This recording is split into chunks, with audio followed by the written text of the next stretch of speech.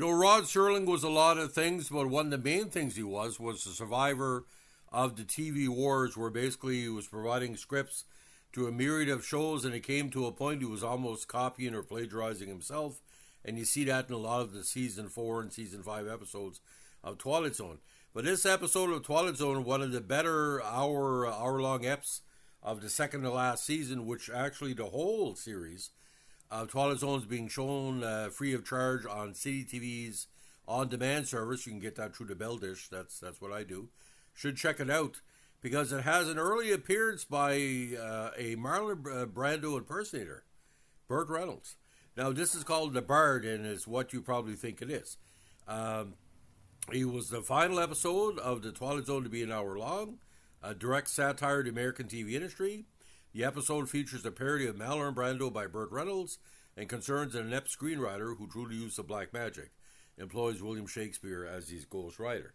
Now directed by David Butler, with Fred Steiner, very interesting music, first appeared on TV May 23rd, 1963. Now, according to Serling's narration, you just witnessed opportunity of not knockingly scratching on the door. Mr. Julius Moomer, a would-be writer who, if talent came 25 cents a pound, would be worth less than car fare. But at the moment, Mr. Moomer, through the offices of some black magic, is about to embark on a brand new career. And although he may never get a writing credit on the Twilight Zone, he's become an integral character in it. Now, the three key actors in this, of course, the great Jack Weston, who played an evil character in The Monsters That Do in Maple Street, and the great John Williams, a veteran of Dial M for Murder, where he played an investigator, and of course the Night Gallery episode, The Doll and the Caterpillar. Some people criticize his acting. I find he's a very, very solid actor. And of course, Burt Reynolds plays, not sure if this inspired the ice cream, he plays someone called Rocky Rhodes, who basically is so much in the method, he takes over the episode in these short scenes. Now in this one, again, Weston plays Julius K. Moomer, is becoming desperate for a sale after years of working on unproduced scripts. When his agent mentions that he's submitting another writer's pitch for a TV series about black magic, Julius pleads to be allowed to be given first crack at the series. Knowing nothing about the subject, he attempts some research, but turns up only an actual book of black magic. While experimenting with the book, he accidentally conjures William Shakespeare, who says he's in service of the conjurer. Deciding not to waste Shakespeare's talent on a television pilot, Julius directs him to write a film. And, of course, he's all in the Shakespeare regalia. Now, the producers decide that Shakespeare's script, called The Tragic Cycle, though archaic to the point of always being incomprehensible, has potential. His task finished, Shakespeare proposes to leave. Julius argues that he stops writing now. Shakespeare will lose his chance at Hollywood fame and become forgotten. Shakespeare at last says he will attend a rehearsal for the film and stay on if it does justice to his script. At the rehearsal, he is so horrified by the revisions by the sponsor and about Burt Reynolds' performance of basically getting in the method, he assaults him and storms out. Julius' next assignment, a TV special American history, seems doomed to failure until he remembers his book on black magic and uses it to conjure up Robert E. Lee, Ulysses Grant, Abraham Lincoln, George Washington, Pocahontas, Daniel Boone, Benjamin Franklin, and Theodore Roosevelt to act as consultants. Don't know if that's going to improve his writing, but that's the inspiration is in session, as we say. Now, Mr. Julius Moomer, closing narration, a streetcar conductor with delusions of authorship, and if the tale just told seems a little tall, remember a thing called poetic license, another thing called the Twilight Zone. So there's no danger in this episode. Again, Serling would try to write comedic, and this is kind of comedic, but Jack Weston's is just basically playing Jack Weston in this series, because Jack Weston, although he also did dramatic parts like Wait Until Dark, Weston was a very good comedic actor. But John Williams, again, is believable as Shakespeare.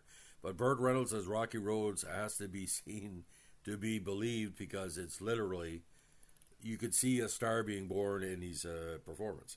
Now, the Weston and MacGyver, of course, appeared in other episodes, including The Monsters Do in Maple Street. The character MacGyver played Mr. Shannon, and Sounds and Silences.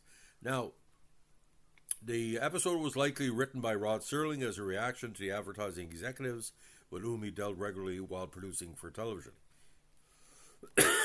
In the book The Twilight Zone Companion by Scott Zickery, Serling is quoted as saying that things were so bad with the overcautious executives that one could not ford a river if Chevy was a sponsor.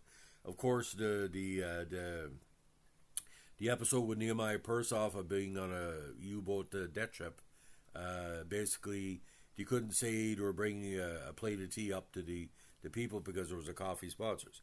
Now, the actor portrayed by Burt Reynolds satirizes Marlon Brando's style of method acting, augmented by the close physical resemblance between Reynolds and Brando during that period. Of course, Brando put on 100 pounds within the next 15 years and became bald, while Reynolds pretty well stayed Burt Reynolds. Now, Reynolds was a well-known star at the time. I think it was around the time of Riverboat with Darren McGavin, and Darren McGavin hated him so much he was jealous because he knew Burt was going to go someplace. Just like, by the way, Harrison Ford, he was sort of like 10 or 11 years in the wilderness with episodic television and other series before he got the big break, of course, in Deliverance and all the Burt Reynolds movies in the 1970s. Now, ironically, the episode was also featured in the final episode of The Sopranos in 2007 called Made in America. Tony Soprano, the protagonist of the series, is seen watching the episode while in hiding from his enemies in a safe house. Now, why this basically works, it's kind of a comic book episode, not really anything out of the ordinary, but like I said, to have Shakespeare appear on Twilight Zone is sort of an egotistical tribute to Rod Serling. Now, William Shakespeare, again played by John Williams, quotes lines from his plays 9 times in the episode, with a trumpet flourish sounding each time, and most of the time him telling what play, act, and scene the quote came from. It was 3 from Romeo and Juliet, 2 from Twelfth Night, and 1 each from Troilus and Cressida, As You Like It, and A Midsummer's Night Dream, plus a partial 1 from Hamlet, cut short when Shakespeare forgets the end of To Be or Not to Be, a great gathering. Now, ironically, Jack Weston and the actress Marge Redmond, who played Mr. Hugo's secretary, were married in real life at the time. Now, Burt Reynolds' character as well, some of the body movement, some people said it was influenced by Paul Newman. I don't see it, because Paul Newman and James Dean had a similar style. But for 5 people out there who don't know what the method means, basically it's you're looking for titular motivation in a certain scene where basically said, okay, you have to be sad here. Think about a dog you lost when you were 7 years old and how it made you feel. Or think about a girlfriend you lost when you were 17 and how it made you feel. Or think about, a role you were fired from because you're a method actor. So that's how it goes. But Burt Reynolds is very handsome in this episode. It has to be seen if you're a big Burt Reynolds fan. But like I said, just as a reminder, ladies and gentlemen, and I'm not plugging this for Bell, but recently the whole City TV on demand, every episode of The Twilight Zone, not sure if The Twilight Zone is public domain or some type of thing, bypass the 2 revivals of Twilight Zone in the 2000s in recent years, try to find, I call it the Bruce Willis Twilight Zone of the mid-80s. These episodes are quite interesting.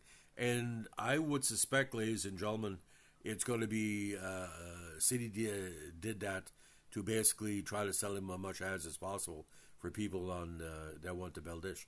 If you're on the Bell Dish, this is a nice addition to your on-demand, because I think that's one of the few vintage series they're showing on demand there in the City app. So, ladies and gentlemen, if you like what you're doing here with our Twilight Zone podcast, let us know when to like, comment, subscribe, or share.